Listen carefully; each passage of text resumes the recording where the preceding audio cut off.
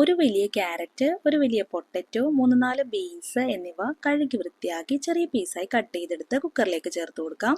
ഇതിലേക്ക് 2 പച്ചമുളക്, ഇഞ്ചി വെളുത്തുള്ളി ക്രഷ് ചെയ്തത്, ഒരു വലിയ സവാള ചെറുതായി ഒന്ന് ചോപ്പ് ചെയ്ത് ചേർത്ത് കൊടുക്കാം. മഞ്ഞൾപ്പൊടിയും ആവശ്യത്തിന് ഉപ്പും ചേർത്ത് 3/4 കപ്പ് വെള്ളം ചേർത്ത് കുക്കറിൽ വെച്ച് ഒരു വിസിൽ വരുന്നത് വരെ പ്രഷർ കുക്ക് ചെയ്ത് മാറ്റിവെക്കാം. ഇനി ഒരു മിക്സിയുടെ ജാറിലേക്ക് 1/2 കപ്പ് തേങ്ങ, 5-6 കാഷ്യൂസ്, 1/2 ടീസ്പൂൺ കുരുമുളക്, 1 ടീസ്പൂൺ പെരിഞ്ജീരകം എന്നിവ ചേർത്ത് ആവശ്യത്തിന് വെള്ളം ചേർത്ത് നല്ല ഫൈൻ പേസ്റ്റായിട്ട് അരച്ചു മാറ്റി വയ്ക്കാം. ഇനി ഒരു ചട്ടി അടുപ്പിൽ വെച്ച് ഹീറ്റ് ചെയ്ത് വെളിച്ചെണ്ണ ഒഴിച്ച് ചൂടാകുമ്പോൾ കടുകിട്ട് പൊട്ടിച്ചെടുക്കാം.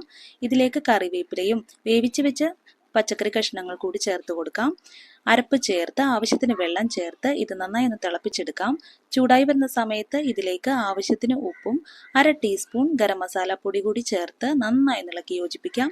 തിളച്ച് വരുമ്പോഴേക്കും നല്ല അടിപൊളി വെജിറ്റബിൾ കറി റെഡി.